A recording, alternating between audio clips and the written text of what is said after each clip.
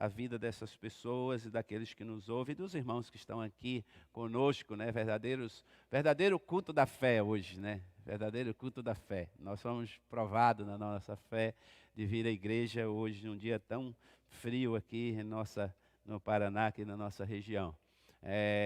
Irmãos, vamos dizimar, ofertar ao Senhor, não é você que está também pela internet, tem aí as nossas redes sociais, o Pix da igreja, o QR Code, você pode fazer isso também pelas vias eletrônicas aqui também na igreja, temos ali a nossa máquina de cartão, tem também um envelope aí que vem dentro do boletim, né? Se você não recebeu, tiver sem, levante a mão aí que a irmã pode levar para você, para que você possa ofertar com alegria, como a Bíblia diz, no seu coração, né? Fazer isso espontaneamente, abençoando esta obra de Deus. Por isso, eu queria que você pudesse se preparar para esse momento. Vamos orar? Em nome de Jesus. Pai querido, nós oramos, nós pedimos a Tua bênção, Senhor, sobre a vida dos Teus filhos, sobre a vida da Tua igreja. Pedimos, ó Deus, que o Senhor abra as janelas do céu sobre a casa deles. Abençoe as finanças dos Teus servos, o trabalho, Senhor, que eles possam comer do fruto do trabalho das Suas mãos, em nome de Jesus. Deus, nós profetizamos uma colheita extraordinária, Pai, sobre a vida de cada um. Sobre a vida daqueles, ó Deus, que têm semeado na Tua obra, no Teu reino. Em nome de Jesus, que todas as Tuas promessas, elas se cumpram sobre a vida dos Teus filhos, em nome do Senhor Jesus. Amém. Amém? Vamos fazer isso agora, enquanto ouvimos o som do violão, um cântico, você pode fazer isso, tá? Aleluia. Glória a Deus. Abra sua Bíblia, né? Você que já está aí, está preparado. No Evangelho de João, capítulo 4, versículo 35. Evangelho de João, capítulo 4, versículo 35. A parte B do versículo, somente a parte B do versículo que eu quero focar nesta noite. Eu quero falar nesta noite sobre alguns olhares que agradam a Deus. A forma como nós devemos olhar para a nossa vida, não é? Para o nosso interior, que agrada ao Senhor. O exterior é notável, né? As pessoas conseguem ver, todos que estão em nossa volta. Hoje eu quero falar de algo que está dentro do seu coração, a maneira como você olha para a vida, a maneira como você enxerga a vida. E eu queria que nós pudéssemos construir juntos nessa noite essa reflexão. Então, eu queria que você abrisse a sua Bíblia e apenas a parte B do versículo de João, capítulo 4, versículo 35. Vai dizer assim, vou ler todo o versículo. Não dizeis vós que ainda há 4 meses até que venha a ceifa? Eis que eu vos digo, fala comigo, levantai os vossos olhos e vede as terras que já estão brancas para a ceifa. Fala comigo, levantai os vossos olhos e vede. Amém, aleluia. Mas, amados irmãos, a questão do olhar, não é? Fala muito de si mesmo, ou seja, fala muito de mim mesmo, como eu olho a vida, como alguém olha para si mesmo. Então isso vai falar de você. E como alguém olha ao seu redor, não é? Para a vida ao seu redor. Isso também vai falar de você. E como alguém olha para Deus. Por isso que o olhar de alguém diz muito dessa pessoa. O olhar de alguém fala dos seus desejos, fala da sua alma, fala dos seus sonhos. E Jesus, eu queria que você agora fosse para Mateus capítulo 6. Mateus capítulo 6. Jesus vai falar algo interessante sobre o olhar. É muito importante, porque aqui Jesus nos dá um norte sobre o nosso olhar, no capítulo 6, versículo 22, até o versículo 23. Você pode abrir a sua Bíblia e nós vamos perceber Jesus falando do nosso olhar. Ele diz assim, versículo 22, capítulo 6. A candeia do corpo são o quê? Os olhos. Fala comigo, os olhos. De sorte que se teus olhos forem bons, todo o teu corpo terá luz. Se, porém, os teus olhos, fala os teus olhos, forem maus, o teu corpo será tenebroso.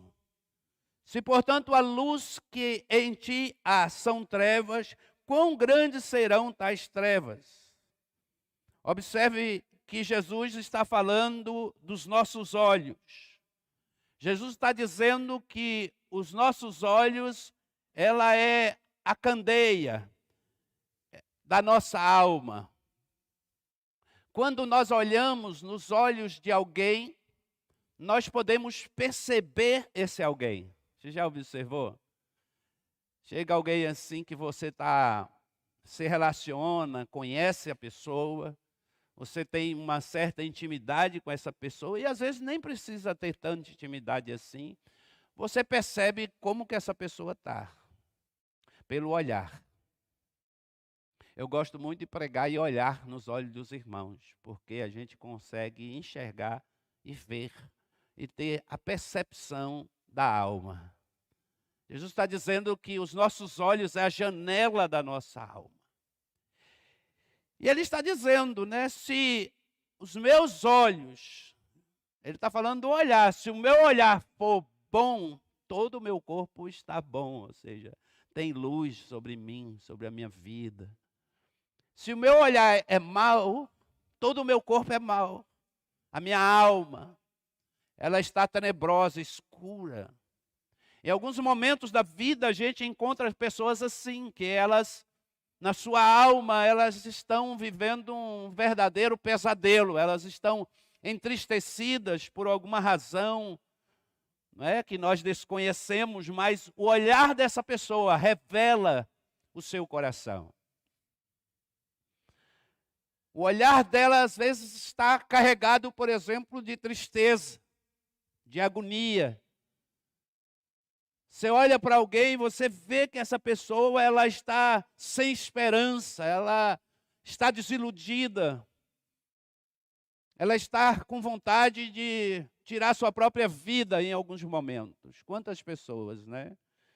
Quantas pessoas que a gente tem contato e que a gente olha nos olhos dessa pessoa e depois você é tocado pelo Espírito de Deus para ministrar uma palavra a essa pessoa, a esse coração, e você perde a oportunidade, você não fala, e essa pessoa vai embora, e o Espírito diz assim, por que você não falou da palavra para ela? Porque ela estava precisando de uma palavra. É lindo isso, irmãos, a gente olhar para os olhos e entender que os olhos falam desse alguém. Mas é sobre essa perspectiva que eu quero caminhar com vocês, que eu quero pensar com vocês. Esta é uma palavra que abençoa muito a minha vida durante a minha jornada, a minha caminhada, e eu tento todos os dias trabalhar, corrigir esse olhar, o meu olhar, porque eu quero refletir no meu olhar algo bom, eu quero que as pessoas vejam em mim que há luz em mim. Vocês estão entendendo? Então é necessário você entender isso, que o olhar é importante para você. A forma como você olha para as pessoas, a forma como você olha para a vida, não é? O seu olhar fala de você, como está por dentro, o seu interior. Que alguém percebe como você é, se você é uma pessoa que está andando tristonha, que está com algum problema e precisa de ajuda, os seus olhos vão revelar. Vão revelar. E Deus se agrada quando nós corrigimos, quando nós olhamos para a vida com a perspectiva dele, com o olhar dele, com os olhos dele.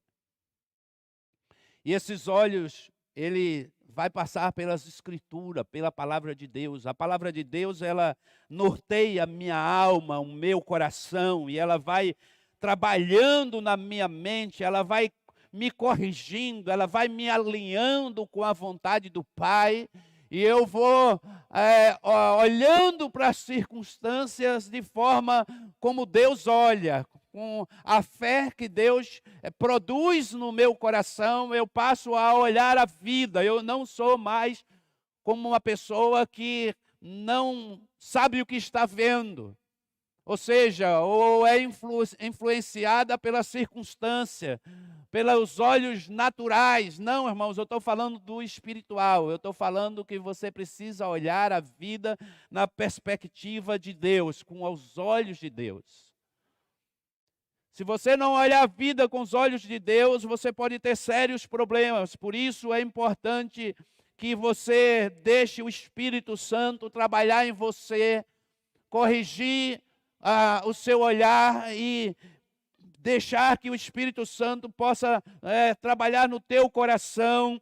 E você vai deixando o Espírito Santo trabalhando, ele vai te dando força. E você vai começando a olhar para a vida, para o futuro, para a sua família, para o seu trabalho, com o olhar que Deus tem dado a você, tem colocado dentro de você, principalmente quando a gente se alimenta da palavra de Deus, quando a gente tem uma vida de oração, quando a gente vem para a casa do Senhor, mesmo num dia como esse, quando a gente ouve a palavra de Deus, quando a gente é nutrido por coisas boas, não pelo mundo, a gente começa a olhar tudo com os olhos de Deus. É importante você selecionar as suas fontes de informação. O que você vê na internet, o que você assiste na TV, e isso vai também influenciar esse olhar seu. Então é importante, amados, nós abrirmos os nossos ouvidos. Fala assim: Deus, abre os meus ouvidos para me ouvir a tua voz, ouvir a tua palavra, e ela vai me dar um olhar segundo o teu coração. E eu quero falar de alguns olhares que agradam o coração de Deus. O primeiro olhar que agrada o coração de Deus é olhar para trás com gratidão. Fala comigo: olhando para trás com gratidão. Observe o que eu estou falando, olhando para trás com gratidão. A Bíblia diz assim que a gente deve esquecer o passado, né? O profeta vai dizer: esqueça o passado, o Senhor está fazendo algo novo. Mas ele está falando para esquecer o passado, é aquelas coisas que nos machucaram demais, as coisas ruins. A gente deve esquecer essas coisas. Mas às vezes a gente pega o nosso passado e coloca todas as coisas do nosso passado, a gente coloca tudo no mesmo saco, mas não é verdade. Não é? Às vezes as pessoas, quando elas estão tristes, elas estão machucadas, elas não conseguem olhar para o seu passado e ver as coisas boas que aconteceram na sua vida. Elas têm dificuldade de ver. Elas focam tanto, às vezes, em uma situação que provocou na sua vida uma mudança terrível, talvez fez com que ela sofresse muito, e aquilo ali se torna para ela algo que acaba com o seu passado, ou seja, ela fica preso naquela situação. Isso pode ser também em relação às coisas boas, sabia? Há pessoas que vivem no saudosismo, ou seja, elas passaram um tempo bom também e elas vivem assim, elas não conseguem ver algo novo, porque elas estão presas no seu passado, no saudosismo do seu passado que ela viveu. Ou seja, ela viveu um tempo maravilhoso, bom, e agora a vida tem fases, né, e estações da nossa vida, e nem sempre as estações que nós estamos vivendo foram aquelas estações do passado que você viveu, que marcou a sua vida, e você fica o tempo todo remoendo e lembrando dessas coisas e não consegue avançar. Às vezes isso acontece com a gente na igreja, sabia? A gente olha para as coisas do passado, a gente olha para a igreja do passado e a gente diz, puxa, aquele tempo foi um tempo maravilhoso. Sim, não é para você esquecer, mas também você precisa olhar para frente e saber que Deus tem um presente para você e que você pode viver coisas novas de Deus, que Deus é um Deus de novidade.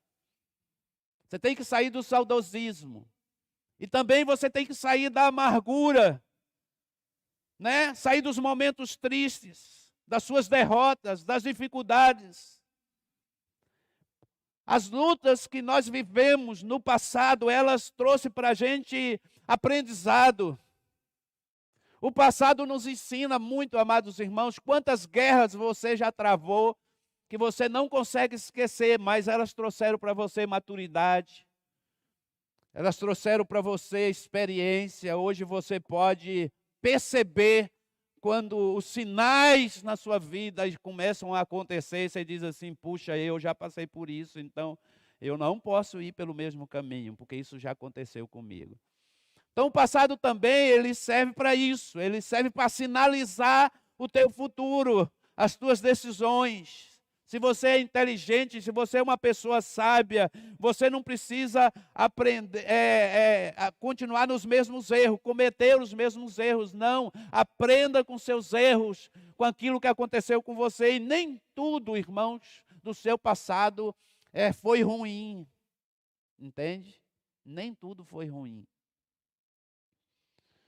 Tem pessoas frustradas, por exemplo, com o casamento. Ele casou uma vez, separou. Casou a segunda, separou, e já está no terceiro, né, e não consegue acertar. Eu quero dizer para você, se você não corrigir o seu olhar da vida, você nunca vai encontrar alguém que vai te satisfazer. É importante isso. Isso também eu falo comigo em relação ao ministério, por exemplo. Eu preciso me orientar, eu preciso trazer o meu olhar para o meu tempo agora, porque eu já vivi outro tempo, tempos maravilhosos, e eu tenho lembranças boas, e eu tento filtrar isso. Por exemplo, as coisas ruins que aconteceram na minha vida, eu não posso deixar que elas atrapalhem o meu presente e o meu futuro. Elas não podem atrapalhar. Eu lembro das coisas boas, mas também eu não posso ficar o tempo inteiro preso nisso, ou achando que eu vou viver esse tempo de novo. Não, Deus tem algo novo para a minha vida agora, nesse tempo. Esse é o meu tempo, esse é o teu tempo, o tempo de viver o novo de Deus. Quando eu olho para vocês, eu sonho com vocês. Quando eu olho para a igreja, eu sonho com essa igreja. Quando eu olho para as células, irmãos, eu vivo intensamente as células. Eu sonho com as células se multiplicando. Eu sonho com as pessoas chegando nas células, se convertendo. Deus levantando aqui líderes, muitos líderes. Deus abrindo casas, portas, para que a gente possa pregar o evangelho. Esse é um olhar liberto dos erros do passado. É um olhar sadio, um olhar cheio de gratidão, sem mágoa, sem dor. Eu posso dizer, Senhor, obrigado, porque eu passei por tantas lutas e continuo de pé. Oh, glória, aleluia, aleluia. Eu continuo firme. As pessoas podem lembrar dos teus erros e te crucificar, apontar o dedo para você, mas você pode se posicionar e dizer, Deus, não. Eu já cometi esses erros, mas o Senhor me perdoou, eu me arrependi deles.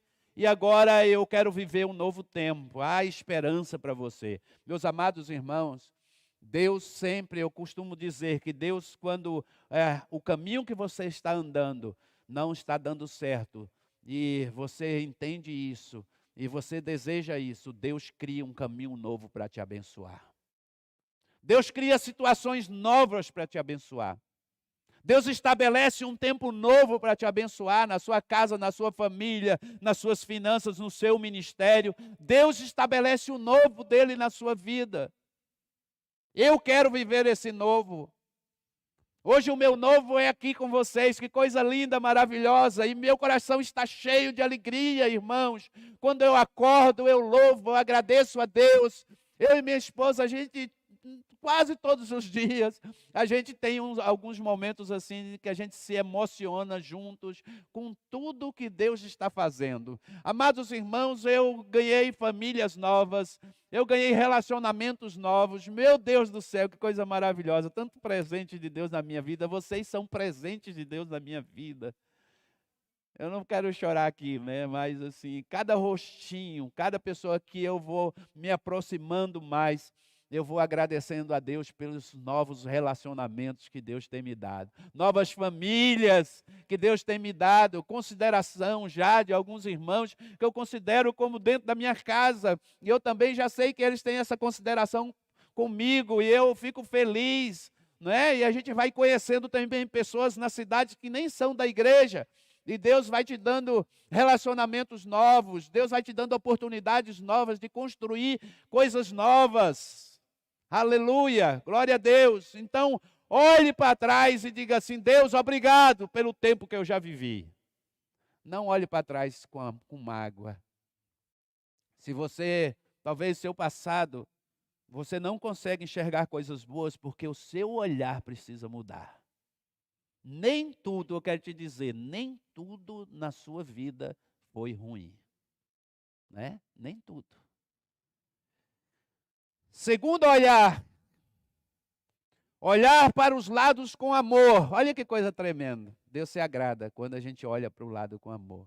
É quando eu olho para a pessoa que está do meu lado. Por exemplo, eu não posso mais me isolar, viver isolado. Irmãos, esse é o tempo do individualismo. Nós nunca vivemos um tempo como este, tá? Essa geração, ela é individualista. As pessoas, elas se trancam, elas se fecham, elas não permitem que você entre no mundo delas. Há uma dificuldade muito grande da gente alcançar o coração das pessoas, porque elas estão tão individualistas que elas não permitem que você adentre ao mundo delas. Por isso, é necessário você entender isso, que você não pode viver isolado. Nós precisamos uns dos outros. Eu preciso de você, você precisa de mim. Um cântico antigo, né? Estou sempre lembrando os cânticos da minha conversão, né? Então havia um cântico de comunhão de eu preciso de você, você precisa de mim. Era lindo, a gente cantava aquilo na igreja, né? As igrejas eram pequenas, mas assim havia algo maravilhoso assim na comunidade, né? Que era aquele amor entre os irmãos. A gente não tinha ainda o WhatsApp, rede social. Aí o que a gente fazia? A gente, para ver o irmão, a gente ia na casa dele, batia palma, tomava um café. Hoje mais não, né? A gente visita as pessoas pela internet mesmo, manda um zap, tá tranquilo. Não, eu falei com ele hoje pelo WhatsApp. A gente, irmãos, a gente precisa vencer isso. Eu estou muito feliz. A gente tem uma célula abençoada. Segunda-feira nós batizamos o irmão Glauber.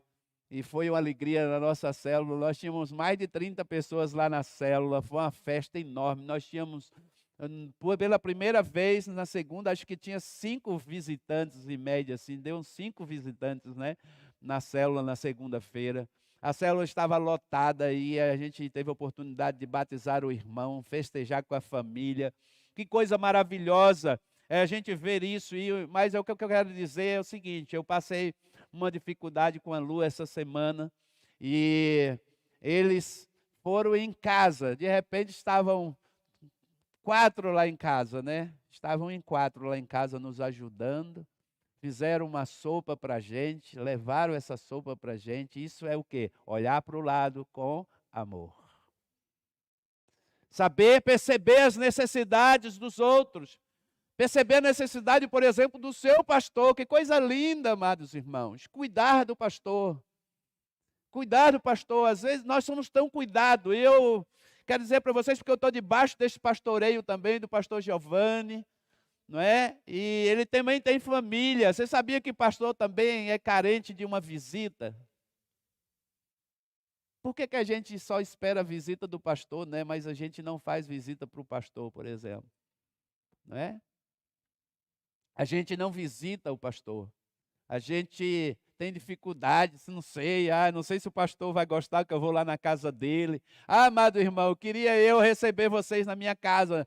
Na casa de baiano você não precisa nem avisar, pode chegar lá e bater palma, descobre o endereço aí, eu dou, mando para você, vai lá comer um cuscuz comigo, eu faço na hora para você, quentinho, sentar lá na minha mesa, bater um bom papo. Na casa de baiano você não precisa ter cerimônia, vai visitar seu pastor, o Gil também tem família, eu também tenho, nós somos pessoas normais como você. Assim como a gente visita os irmãos, às vezes os irmãos estão enfermos, às vezes os irmãos estão passando por uma dificuldade, às vezes nós atendemos pessoas, oramos por vocês todos os dias, clamamos a Deus pela vida de vocês, pela vida de pessoas que estão sofrendo. Nós também temos as nossas guerras e nós precisamos da ajuda de vocês. Então olhe para o lado. Há alguém do seu lado que precisa de você, alguém do seu lado que precisa de um toque seu, não é? Você precisa olhar para o seu vizinho, olhar para aquela pessoa que está ao seu lado, que trabalha do seu lado lá na empresa. Será que você tem essa oportunidade? Será que você olha para essa pessoa com um olhar de amor? Deus sempre olhou para a gente, Jesus olhou sempre para o lado com um olhar de amor. Eu posso citar vários exemplos aqui, que Jesus, ele não precisava fazer aquilo, mas a Bíblia diz assim, que o seu coração encheu-se de compaixão. Lembra do filho da viúva de Naim? Ela estava saindo lá de Naim, ela ia caminhando para o velório do seu filho, aquele cortejo, e ele estava indo para a cidade de Naim. Mas quando ele olha, ele viu aquela mulher, e a Bíblia diz assim, o coração de Jesus se encheu de compaixão, e ele foi até aquele caixão, tocou no caixão, e aquele moço ressuscitou. Jesus trouxe vida onde não havia vida. Jesus ressuscitou. Jesus sempre olhou para as pessoas. Jesus estava caminhando para a casa de Jairo, a pedido de Jairo, e sua filha estava à morte. Mas ele estava caminhando e veio alguém insignificante. A Bíblia chama de uma certa mulher.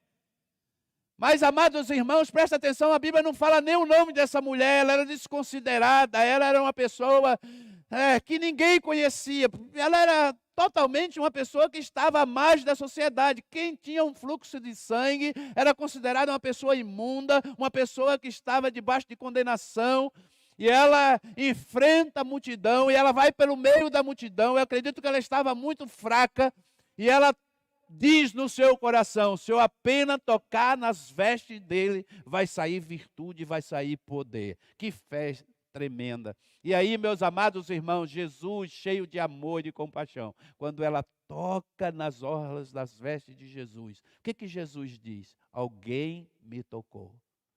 Oh, glória! Alguém me tocou! Alguém me tocou, e os discípulos disseram, mestre, mas tem tantas pessoas em tua volta e o Senhor está dizendo, alguém me tocou. Aí ele diz assim, não, alguém me tocou de maneira diferente, oh, aleluia. Alguém me tocou de maneira diferente, com o coração, alguém me tocou com a alma, alguém me tocou cheio de anseio por mim. E Jesus olha para ela estava trêmula, né? E Jesus cura ela. 12 anos de sofrimento foi-se embora. Aleluia! Nós precisamos olhar para o lado, irmãos, olhar para as pessoas. Nosso olhar não pode estar somente para mim, somente para as minhas coisas, para a minha família, para o meu eu. Não. Olhar para os lados com amor agrada o coração de Deus. Olhar para trás com gratidão, primeiro. Olhar para os lados com amor, agrada o coração de Deus.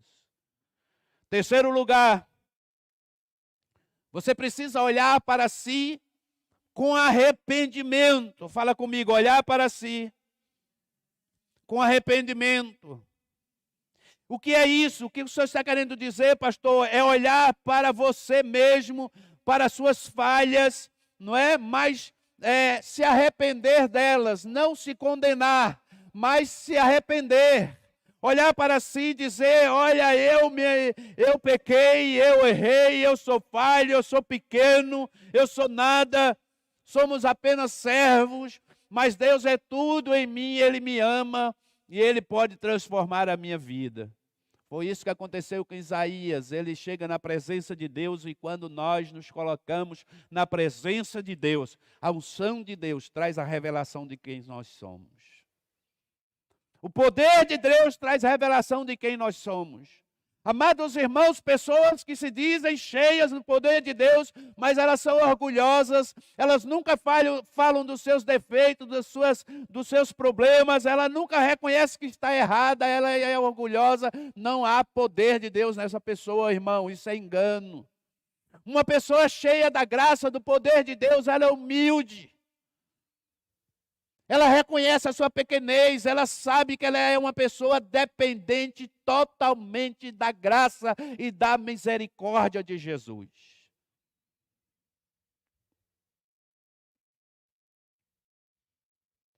Nós precisamos ter a humildade de olhar para nós mesmos e dizer, Deus, tenha misericórdia da minha vida. Ser como publicano, falar, Senhor, eu sou um pecador.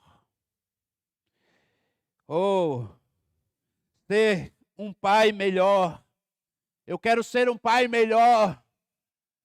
Não dizer, às vezes, diante de uma situação difícil, está vivendo com seus filhos, se arrogar e dizer, não, eu sempre fui o melhor pai, eu sou o melhor marido, eu sempre dei tudo a ela. Não é essa atitude, é uma atitude de pessoas egoístas. Nós sempre temos as nossas falhas, os nossos erros, devemos reconhecê-los diante de Deus e dizer, Senhor, eu preciso da tua misericórdia, eu preciso da tua graça para ser um melhor esposo, para ser uma melhor esposa, para ser uma pessoa que te sirva fielmente na igreja. Eu preciso, Pai, da tua misericórdia. Me ajuda, Senhor, porque não há nada em mim que possa te agradar. É olhar para si com arrependimento. Você não pode achar que você faz as coisas, que o que está acontecendo é por causa de você. Às vezes as pessoas, elas se acham, né, a última bolacha do pacote. Essa é a verdade. Tem gente que se acha, irmão. Tem pessoas que elas são arrogantes. Elas não aceitam serem corrigidas. Se o irmão na igreja, às vezes porque o irmão é uma pessoa simples, por uma coisa tão pequena, ela transforma aquilo numa tempestade tão grande que eu nunca vi. Tem coisas, irmãos, que eu nem percebo. Às vezes as coisas acontecem, a pessoa vem falar comigo, pastor Rildo, você ouviu? Eu falei, eu não vi não, eu não percebi. Eu não sei, né? Acho que Deus brinda o nosso coração, sabe? Tem coisas que a gente, sabe o que é melhor? Melhor você nem ver. Nem perceber. Não seja uma pessoa assim. Você sabe que a melhor coisa na igreja é sentar nos primeiros lugares. Vocês que gostam de sentar aí atrás, fica à vontade, tá? Pode continuar aí. Mas fixe o seu olhar no pregador, no que está acontecendo no culto, no louvor. Não fica olhando para as pessoas que se movimentam, porque elas tiram a tua atenção. O melhor lugar, irmãos, é sempre mais na frente mesmo, porque a gente fica aqui perto do pregador, a gente fica perto, a gente não vê os movimentos durante o culto, né? E nada te tira da presença de Deus, você fica focado, totalmente focado em Deus, não é? Se você em casa, por exemplo, eu vou ouvir uma palavra, eu vou orar, e aí você fica orando e com o celular ligado. Você fica orando com o Facebook aberto. Você diz, eu vou ler a Bíblia, mas deixa o WhatsApp ali, o celular com o WhatsApp ligado. E aí toda hora o WhatsApp te chama. Você vai ler um versículo, vai para o WhatsApp e não volta mais. Adeus, leitura da Bíblia. Quantas vezes que você vai fazer alguma coisa no seu celular e você vai nas redes sociais e até esquece aquilo que você ia fazer.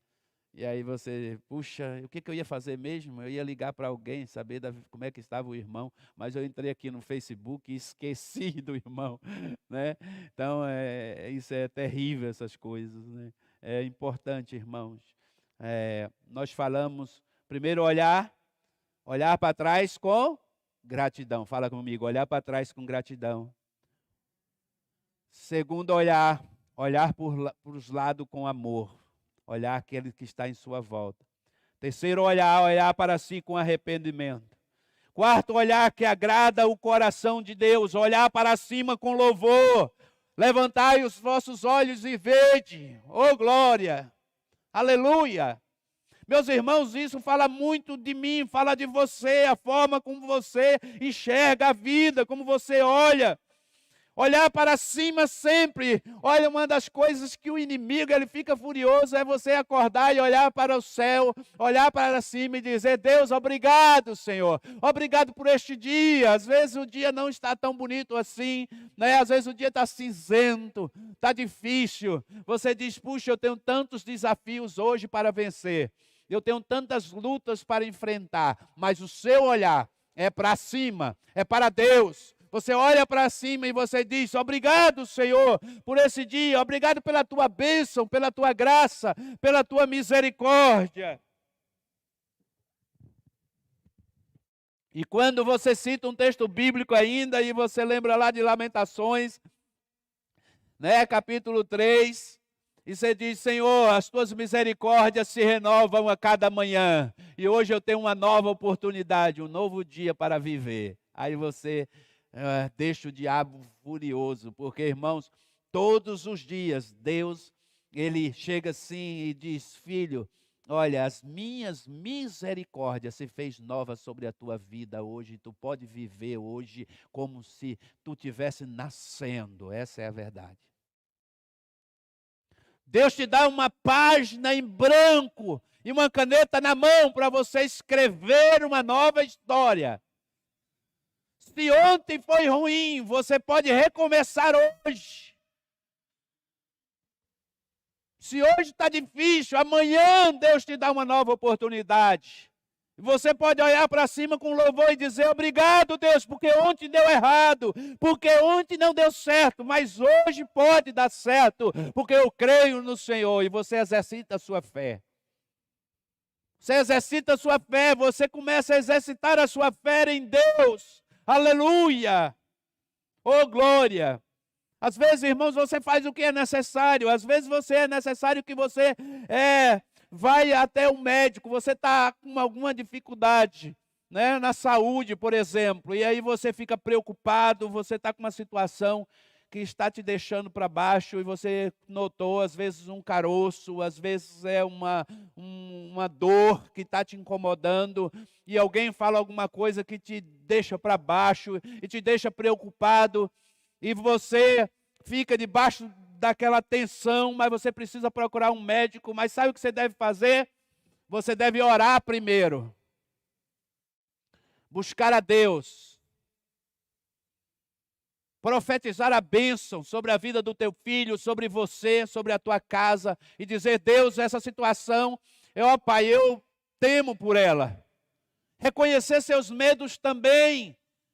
Olhar para cima com louvor: mas Senhor, obrigado mesmo por isso, mas eu sei, Senhor, que o Senhor vai mudar essa situação. Olha, Deus, eu levanto as minhas mãos. E depois você vai ver, irmãos, quando você recebe uma boa notícia, quando Deus muda a situação, muda o teu cativeiro, você sai dali jubilando de alegria, dá vontade de festejar, dá vontade de juntar os amigos, contar para todo mundo que Deus te abençoou. Que coisa linda, maravilhosa, irmãos, é a conquista, quando a gente reconhece que é Deus que provê todas as coisas na nossa vida. Você sabe que a gente precisa fazer isso sempre, celebrar as nossas conquistas. Olhar para cima com louvor diante das nossas conquistas. Deus se agrada quando nós reconhecemos que é Ele que nos abençoa. Olhar para Deus, celebrar a compra de um carro, celebrar a compra de uma casa, celebrar o meu novo trabalho, celebrar as pequenas coisas também, como talvez as datas festivas, seu aniversário, aniversário de casamento, aniversário do seu filho, chamar os seus amigos, glorificar a Deus em tudo. Dar graças a Deus por tudo. Às vezes eu ouço os testemunhos dos irmãos, a gente dá bastante oportunidade na célula para o pessoal dar testemunho. E eu fico feliz, né? Porque um dia eu ouvi um testemunho tão lindo de uma irmã e nós sentimos o coração naquele dia de ligar para aquelas irmãs para ir lá em casa. E nós ligamos. Foi Deus mesmo, o Espírito Santo de Deus que fez isso. Aí ligamos para aquelas irmãs, fomos buscá-las. Elas foram lá em casa e nós tínhamos pedido uma pizza. Aí depois de uns dias, passaram-se, acredito, alguns meses. Aí minha esposa estava me contando, a irmã dando testemunho, que ela tinha orado em casa e falado assim: Deus, eu estou com vontade de comer uma pizza. E elas não estavam em condição de comer aquela pizza. Olha o que Deus faz, irmãos. Você acha que essas coisas, né, coisas pequenas, simples, mas as pessoas reconhecem que foi Deus. Naquele mesmo dia, o telefone tocou, era o pastor Hildo convidando para ir lá. E eu fui buscar. E quando chegou em casa, o que tinha na mesa? Pizza.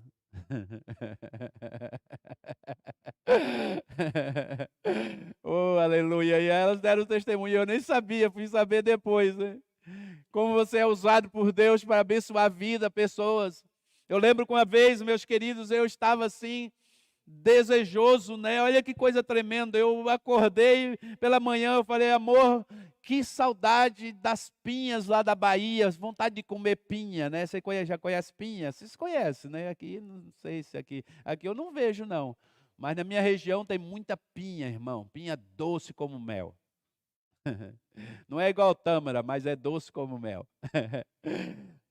As pinhas maravilhosas, interior de São Paulo. E eu falei isso para minha esposa e saí para a rua de manhã, assim, interessante. Eu fui no mercado, fiz umas compras. Quando eu voltei, parei o carro na porta, entrei, tinha umas cadeiras de área. Quando eu olhei, tinha uma sacola em cima das cadeiras. Aí eu fui ver o que era, fiquei curioso, né? Acredita que quando eu cheguei, a sacola estava cheia de pinhas. Uma irmã tinha um pé de pinha no quintal e ela falou assim: não, essas pinhas aqui é do pastor Hildo. E ela colheu aquelas pinhas, colocou numa sacola e levou lá em casa de presente para mim. Aleluia! E quando eu vi aquelas pinhas, só eu e a Lu sabia daquilo, daquele meu desejo daquela pinha, né? Aí eu falei: oh, meu Deus do céu, eu entrei com aquela sacola de pinha. Amor, olha as pinhas aqui, amor. Como Deus é bom. Como Deus é maravilhoso. Deus, Ele quer te agradar. Ele cuida de você nas pequenas coisas, nos pequenos detalhes, irmãos. Aleluia, glória a Deus. Como é bom ser cuidado por Deus. Como é bom ser cuidado por Deus. Em último lugar, você deve olhar para a vida, presta atenção, com esperança. Com esperança. Meus amados, nós estamos numa geração que o diabo está matando a esperança dos nossos filhos, dos nossos jovens. E, às vezes, nós contribuímos, porque nós, ao invés de plantarmos sonhos no coração dos nossos filhos, dessa geração que está nascendo, a gente está plantando desesperança, não esperança. A gente pega até alguns textos da Bíblia, não é? E a gente fica repetindo. Oi, irmãos, irmãos, eu acredito assim que você deve ler as Escrituras e deve perceber isso, mas assim, aquilo que é caos, por exemplo, você não precisa anunciar, não é? E a gente fica o tempo inteiro dizendo assim: não, mas a Bíblia diz, isso vai acontecer mesmo, já é o fim dos tempos, olha, não tem mais esperança, o mundo vai acabar mesmo, Jesus está voltando. Irmão, você sabe que você está matando o sonho das pessoas mais jovens? E aí o filho vai ouvindo aquilo, e às vezes dentro da sua própria casa, Como ele vai olhar para o futuro se você está falando assim, olha, os dias são maus, o Senhor já diz, o homem é egoísta, é avarento, ou seja, o mundo está perdido, e você vai plantando isso no coração dos seus filhos, ele vai crescer o quê? Sem esperança nenhuma. Como é que a nossa juventude vai ver a igreja do futuro, se a gente diz assim, não vai ter igreja no futuro, muitos púlpitos, os pregadores do caos, eles pregam só desgraça. Eles não conseguem ver um futuro melhor, eles não conseguem ver além da circunstância. A fé deles, elas estão não nas escrituras, irmãos, presta atenção. Deus promete para nós aqui neste tempo, um tempo de bênção sobre a nossa vida. A própria palavra lá no Salmo, o salmista vai dizer assim, olha, no dia da adversidade, eu vos esconderei debaixo do meu tabernáculo. Ou seja, nós estamos escondidos em Cristo. Nós estamos escondidos em Cristo. Eu sei que as coisas vão acontecer, eu sei que os problemas virão, que todos os sinais, o próprio Jesus vai falar isso lá em Mateus capítulo 24, está escrito para a gente entender, mas a Bíblia está dizendo, olha, vocês lerão os sinais, que vocês não sejam pegos de surpresa. Eu estou vendo os sinais, você também está vendo os sinais, mas entenda uma coisa, o nosso futuro está garantido. Se você está em Cristo, você está garantido. O Senhor é a tua salvação. Ele é o teu refúgio, fortaleza, socorro, bem presente no dia da angústia. Não temeremos. Nós devemos olhar para frente com esperança. A gente precisa crer que há esperança, que Deus tem um tempo de bênção sobre a nossa vida, que Deus nos fará prosperar em meio ao caos, em meio à dificuldade. Amados irmãos, nos dias mais difíceis é onde Deus mais age na nossa vida, onde Deus mais provê o pão. Por que no povo andando pelo deserto, Deus dá a eles pão do céu, Deus dá a eles a comida todo dia, mas Deus diz assim, não guarde para amanhã. Você já pensou nisso? Deus fez cair a abundância. Mas Deus disse assim, olha, vocês todos os dias vão colher e vão comer, mas não guarde para amanhã, porque todos os dias vocês terão que crer que eu vou mandar o pão do céu. Vocês vão viver do milagre todos os dias. Deus é assim, amados irmãos. Se você serve a Deus, você é uma pessoa que está debaixo do milagre. Você está debaixo da nuvem. Você está debaixo do fogo. Olha, presta atenção, você não vai ficar à deriva.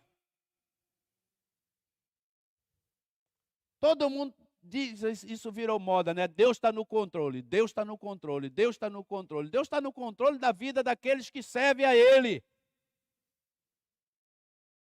Deus está no controle da vida daquele que tem o seu coração nele. Aconteça o que acontecer, sim, Deus está no controle da minha vida, da minha família, da minha casa. Deus é que conduz a minha vida, porque eu estou em Deus, eu creio nele, confio nele. Por isso eu posso dizer, Deus está no controle. Agora virou moda, Deus está no controle. A pessoa vive como quer, faz o que quer da sua vida e ela acha que Deus está no controle da vida dela. Por quê? Porque virou jargão. Todo mundo fala, Deus está no controle, Deus está no comando, não é? Nem sempre é assim. Às vezes quem está no controle é as pessoas, não é Deus. Nunca orou, nunca colocou a sua vida diante de Deus. Como que Deus está no controle? Você nunca pediu a Deus nada, você nunca se rendeu a Deus, nunca entregou o seu coração a Ele. Sabe quando Deus está no controle? Quando eu largo mão do controle da minha vida e entrego o controle a Deus. Aí Deus está no controle. É quando Deus controla as coisas boas da minha vida e até as ruins. Eu creio na palavra e a Bíblia diz, todas as coisas cooperam para o bem daqueles que é de todos? Não. Daqueles que amam a Deus são chamados segundo o seu propósito, aleluia! Esse sim, Deus está no controle. Daqueles que são chamados segundo o seu propósito. e daqueles que Deus tem as suas vidas nas suas mãos. Então eu olho para cima com louvor e olho para frente com esperança. Amados irmãos, sempre que alguma coisa ruim acontecer, corrija o seu olhar, corrija o seu coração. Às vezes, na igreja é um lugar, irmãos, onde as pessoas chegam aqui de todo jeito. Elas chegam machucadas, elas chegam sem esperança, e desse púlpito é necessário que a palavra de Deus saia para elas como bálsamo, que as corrija, que as edifique, que as console, mas que encoraje a cada um a se levantar, a se colocar de pé e prosseguir para o alvo ao qual Deus nos chamou. Então a palavra é sempre nesse sentido. 1 Coríntios capítulo 14, a profecia, ela edifica, ela consola. A mesma palavra que vai dizer, ela exorta, é a mesma palavra que diz sobre encorajamento, ou seja, a palavra exorta e encoraja. Eu exorto a viver uma vida reta diante de Deus e encorajo você a sair daqui forte e fortalecido. Esse púlpito não é um lugar onde nós ministramos desgraça da vida dos outros, onde as pessoas entram aqui e saem piores. Não. Todos os cultos dessa igreja eu tenho observado. No final, há uma alegria aqui, irmãos, contagiante, os irmãos abraçando uns aos outros, os irmãos chorando, um abraçando o outro, beijando o outro, desejando uma boa semana. Isso é fé no coração, isso é esperança. Isso é esperança produzida pelo Espírito de Deus. A gente se abraça, é como se estivesse comemorando ali, né? Nós estamos juntos, aleluia, deu certo, Deus nos usou, Deus usou poderosamente a sua vida, e não importa quem está pregando. Se é o pastor Rildo, se é o pastor Gil, se é o Rafa, se é o PC, se é algum irmão da igreja que está dando aqui testemunho, direcionando o culto, se é lá na célula quem está dirigindo, a gente sempre celebra as conquistas um dos outros. Nós celebramos as conquistas um dos outros. Nós precisamos celebrar. Aleluia! O Espírito que reina neste lugar é de excelência. Porque o nosso olhar é cheio de esperança. Pode estar acontecendo o que for, nós sempre teremos esperança, porque Jesus Cristo é a única esperança para este mundo. Se há esperança ainda, meu querido, ela passa através da igreja e através de Jesus. É Jesus de Nazaré. Vamos nos colocar de pé?